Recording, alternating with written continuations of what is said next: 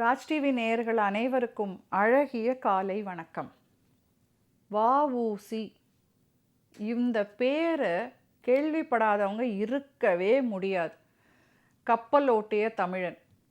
தூத்துக்குடிக்கும் இலங்கைக்கும் 2 கப்பல்களை வெள்ளைக்காரங்களுக்கு ஈக்குவலாக navigation company, steam navigation company ஆரம்பித்து, ஸ்வதேசி ஸ்டீம் நேவிகேஷன் கம்பெனி ஆரம்பித்து வெற்றிகரமாக நடத்திட்டு இருந்தவர். இவருடைய அப்பா ஒரு பெரிய வக்கீல். தன்னுடைய மகனும் தன்னை மாதிரியே வக்கீலுக்கு படிக்கணும் அப்படின்னு நினச்சி இங்கிலீஷ் படிக்கணும் அப்படின்னு ஒட்டப்பிடாரமில் ஒரு ஸ்கூலில் தன் பையனை படிக்க வைக்கிறார். திருநெல்வேலி ஹிந்து காலேஜில் நம்ம வ.உ.சி. ஐயா படித்து முடிக்கிறாங்க. படிப்படியாக அவங்களுக்கு சுதந்திர போராட்டத்தின் மேலே நாட்டம் ஏற்படுது. ஒரு காலகட்டத்தில் நம்ம பாரதியார், சுப்பிரமணிய சிவா, வ.உ.சி. இவங்க 3 பேரும் மேடையில் பேசுனாங்கன்னா, முழங்கினாங்கன்னா மக்கள் அவங்க முழக்கத்துக்கு கட்டுண்டு போவார்கள், மெய்மறந்து போவார்கள். விபின் சந்திர பாலுடைய அரெஸ்ட்டை எதிர்த்து இங்கே அவங்க ஒரு பெரிய மாநாடு நடத்தி அதில் நம்ம வ.உ.சி. ஐயா பேசுகிறதா இருந்தது. அப்போது கலெக்டர் வின்ச்சு வ.உ.சியை கூப்பிட்டு கூட்டத்தை கேன்சல் பண்ணணும் அப்படின்னு கேட்டுக்கிறார். ஆனால் வ.உ.சி. ஒத்துக்கலைன்ன உடனே 1908 மார்ச் 12 வின்ச் நம்ம வ.உ.சி. ஐயாவை அரெஸ்ட் பண்ணி அவருக்கு இரட்டை ஆயுள் தண்டனை, 40 வருஷம் சிறைவாசம் அப்படின்னு அனௌன்ஸ் பண்ணிடுறார்.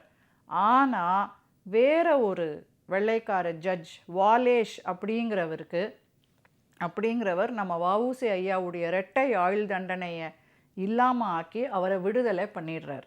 இந்த நன்றிக்காக தான் தன்னுடைய கடைசி பையனுக்கு வாலேஸ்வரன் அப்படின்னு நம்ம வ.உ.சி. ஐயா பெயர் வைக்கிறார்.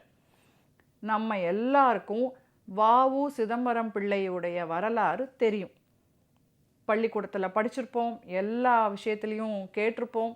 கேள்விப்படாத வ.உ.சிங்கிற பேர் நாம் கேள்விப்படாதது கிடையாது. நம்ம ஆயுள்ள கண்டிப்பாக கேட்டிருப்போம். ஆனால் நாம் என்ன பண்ணுறோன்னா, அவருடைய அருமை பெருமைகளை மட்டும் தெரிஞ்சுக்கிட்டு, இது மாதிரி பெரியவங்க சுதந்திரத்துக்காக தன் எல்லாத்தையுமே தியாகம் பண்ணவங்களை பற்றி நாம் தெரிஞ்சுக்கிட்டு, அவங்க வாரிசுகள் என்ன ஆனாங்க, எப்படி இருப்பாங்கங்கிற யோசனையெல்லாம் இல்லாமல், அது ஒரு வரலாறு செய்தி, படித்தோம், முடித்தோம், பரீட்சையில் மார்க் வாங்கினோம், இல்லை கூட்டத்தில் பேசினோம் அப்படிங்கிறதோட விட்டுட்டு நாம் போயிடுறோம்.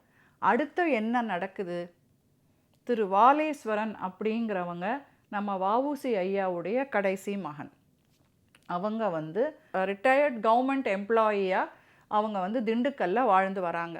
அவரை சந்திக்கிறதுக்கு சில பேர் ஒரு தட்டில் 1000 ரூபாய் பணம், வேட்டி, சட்டை, புடவை, பழம் எல்லாம் எடுத்துகிட்டு மரியாதை பண்ணி அவருடைய காலில் விழுந்து வணங்கி இதை நீங்கள் ஏற்றுக்கணும் அப்படின்னு சொல்லும்போது ரொம்ப சந்தோஷமாக அந்த தட்டை அவர் வாங்கிட்டு வீட்டுக்குள்ளே போய் அந்த தட்டில் இருக்கிற எந்த பொருளையும் தொடாமல் அதுக்கு மேலே 1 ரூபாயை கொண்டு வச்சு, நீங்கள் கொடுத்ததை நான் சந்தோஷமாக வாங்கிக்கிட்டேன், இப்போ நான் கொடுக்கறதையும் நீங்கள் சந்தோஷமாக வாங்கிக்கணும்னு 1001 ரூபாயா அதை யார் கொடுத்தாங்களோ அவங்களுக்கே திருப்பி கொடுத்துட்டார்.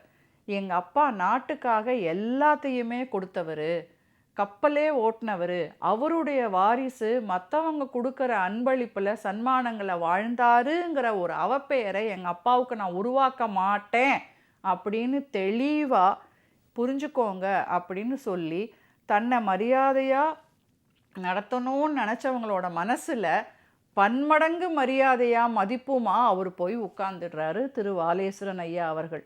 இது மட்டுமா, வ.உ.சி. ஐயாவுக்கு நாங்கள் ஒரு பாராட்டு கூட்டம் நடத்துகிறோம், பெருமை பண்ணுறதுக்கு ஒரு கூட்டம் நடத்துகிறோம், அவர் வாரிசு நீங்கள் வரணும் அப்படின்னு சொல்லி கோயம்புத்தூர்லேருந்து நாங்கள் வண்டி அனுப்புகிறோன்னு ஒரு கூட்டமைப்பு ஆளுங்க அவரை கேட்க, எனக்காக கோயம்புத்தூர்லேருந்து ஒரு வண்டி வர்றதா? இந்தியாவில் பெட்ரோல் விலை என்ன கம்மியாவா இருக்குது?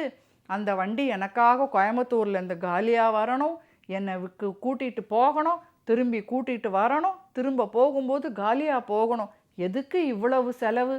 வேண்டாம் அப்படின்னுட்டு அவரே திண்டுக்கல்லுக்கும் கோயம்புத்தூருக்கும் ஒரு பஸ்ஸில் கிளம்பி போய் கூட்டத்தை அட்டன் பண்ணிவிட்டு, இரவு உணவெல்லாம் என்னால் சாப்பிட முடியாது, என் மனைவி எனக்காக அருமையாக கொடுத்த மோர் சாதமே போதும் அப்படின்னு அதையும் சாப்பிட்டுட்டு வீட்டுக்கு அவர் திரும்பி வந்துட்டார். ஆக வ.உ.சி. ஐயா மட்டும் இல்லை, அவருடைய வாரிசுகள் எவ்வளவு அற்புதமாக, எவ்வளவு எளிமையாக, எவ்வளவு தன்னடக்கத்தோட, இப்படி நாம நிறைய அட்ஜெக்டிவ்ஸ், நிறைய வார்த்தைகளை அவங்களுக்கு சொல்லிட்டே போகலாம். ரோல் மாடல்ஸாக வாழ்ந்திருக்காங்க அப்படின்னு நினச்சி பார்க்கும்போது, நமக்கு அவங்கக்கிட்டேருந்து நாம் என்ன கற்றுக்குறோம், நம்ம பிள்ளைங்களுக்கு நாம் என்ன சொல்கிறோம், பகட்டு, படோடோபம், ஆடம்பரம் அப்படிங்கிற ஒரு தேவையில்லாத அழுக்கான விஷயங்களுக்குள்ளே இப்போ நம்ம கட்டுண்டு மூச்சு திணறி தவிச்சுக்கிட்டு இருக்கும்போது, இப்படிப்பட்ட பெரியவர்கள் வாழ்ந்து காட்டிய வாழ்க்கையெல்லாம் பார்க்கும்போது, ஆஹா இதுவல்லவோ வாழ்க்கை அப்படின்னு நம்மளை ஏங்க வைக்குது.